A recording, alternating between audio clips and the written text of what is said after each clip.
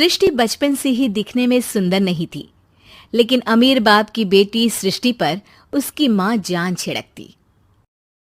मेरी बेटी कितनी प्यारी है, भगवान सबको सृष्टि जैसी बेटी दे। सृष्टि धीरे धीरे बड़ी होती है।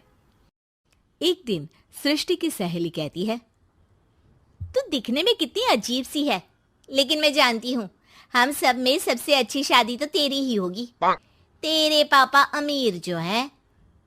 और बता नहीं सकते यार, दहेज तो हर कोई देता है, ये क्या ज्यादा ले जाएगी अपने पति के लिए? अरे बड़े शहर में कोठी है इसके पापा की। अरे पापा की है ना, कौन सी इसकी है? इसकी होती तब तो कोई भी लड़का इससे शादी कर लेता। अरे पापा की मतलब पापा की है तो मेरी ही है ना? किसने कहा? अब तेरी तो तब होगी ना जब तेरा भाई ना हो। वैसे भी शादी के बाद सारी प्रॉपर्टी भाई के नाम होती है। सृष्टि समझ जाती है कि उसे किसी भी हालत में माँ बाप की सारी प्रॉपर्टी को अपने नाम करना है, लेकिन कैसे? एक दिन सृष्टि का भाई शीनू कहता है, बहन क्या कर रही है? तुझसे एक बात करनी है। अरे हाँ हाँ करना, मैं तो तेरी बहन हूँ।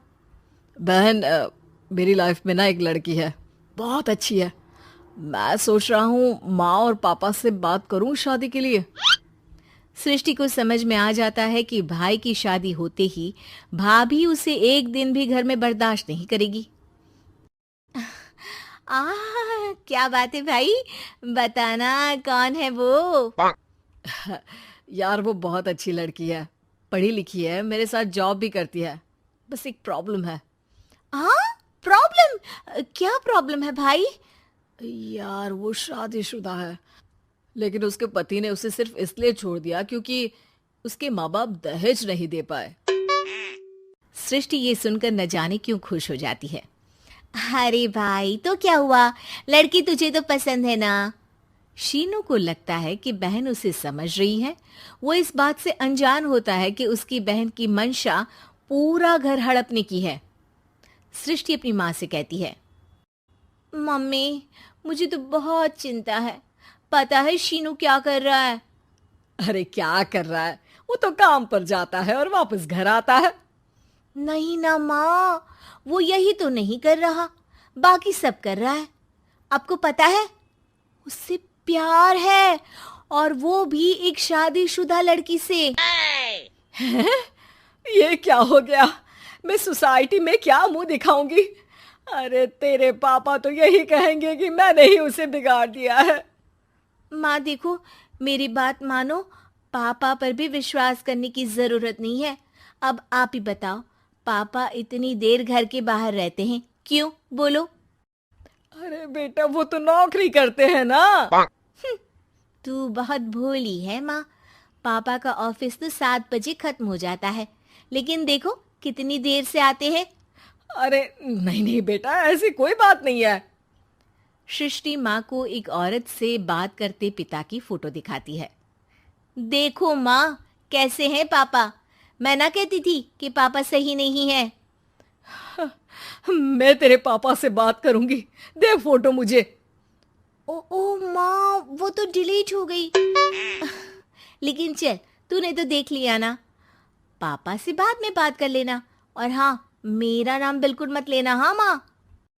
अब क्या था, सृष्टि के माँ और पिता के बीच झगड़ा होना शुरू हो जाता है। सृष्टि के मन में क्या चल रहा था कोई नहीं जानता था। एक दिन, माँ सृष्टि के लिए एक लड़का देखा है, वो लोग शाम को उसे देखने आने वाले हैं। और हाँ माँ, एक खुशखबरी, मैं और पापा मिलकर एक नया बिजनेस ट्राई कर रहे हैं। शाम को लड़का आता है, सांवले रंग का। सृष्टि को तो बिल्कुल भी पसंद नहीं आता।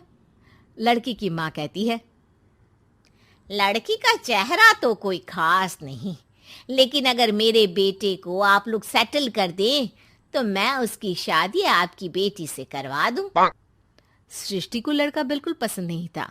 उसे भाई पर गुस्सा आ जाता है। लड़के वालों के जाने के बाद कहती है, माँ देखा शीनू मेरे लिए कैसा लड़का लेकर आया, न दिखाने लायक न सुनने लायक, सेटल भी नहीं, वो भी हम करे। अरे माँ, मैं जानती हूँ ये मेरी शादी किसी भी घर में क्यों करवाना चाहता है। अरे कैसी बात कर रही है बहन? तूने तो देखा ना, लड़के को मैंने ही मना कर दिया तुझसे शादी के लिए।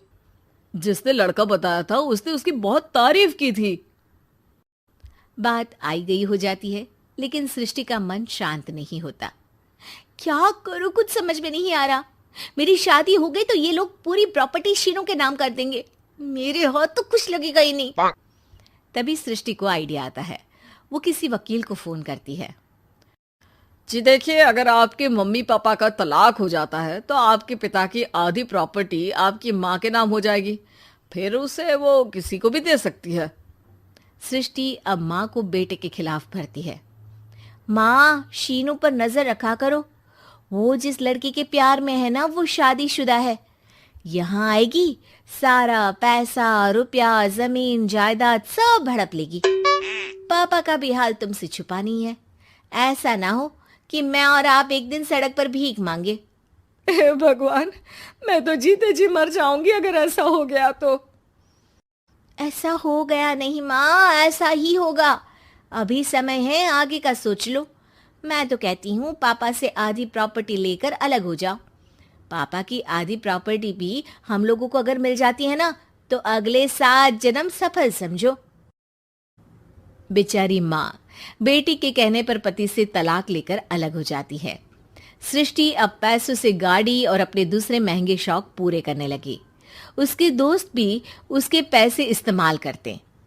सृष्टि, कल तुम कहाँ थी? मैं सारा दिन घर पर अकेली थी। तो मैं क्या करूं? मैंने ठेका तो नहीं लिया है ना तुम्हें संभालने का। माँ को सृष्टि से ये उम्मीद नहीं थी। वो बैठकर रोने लगती है। वहीं उसका पति यानी कि सृष्टि के पिता आ जाते हैं। मैं जानता था कि तुम्हारा यही हाल होगा, तो आपने मुझे रोका क्यों नहीं? मैं रोकता तो तुम रुकती क्या? सृष्टि के कहने पर तुमने मुझ पर, अपने बेटे पर शक किया, लेकिन तुम ये भूल गई कि कैसे हम दोनों ने मिलकर जीवन में इतना सब खड़ा किया। माँ पति के गले लग जाती है। मुझे माफ कर दीजिए, मैंने आपकी कमाई का एक बड़ा हिस्सा गवा दिया। कोई बात नहीं, तुम साथ हो तो मैं ऐसी 7 प्रॉपर्टी खड़ी कर दूंगा। तभी वहां सृष्टि आ जाती है रोते हुए। माँ, मयंक ने मुझे छोड़ दिया। वो बोल रहा था जब तक मेरे पास पैसे थे तब तक ही वो मेरे साथ था। पापा, माँ, मुझे माफ कर दीजिए।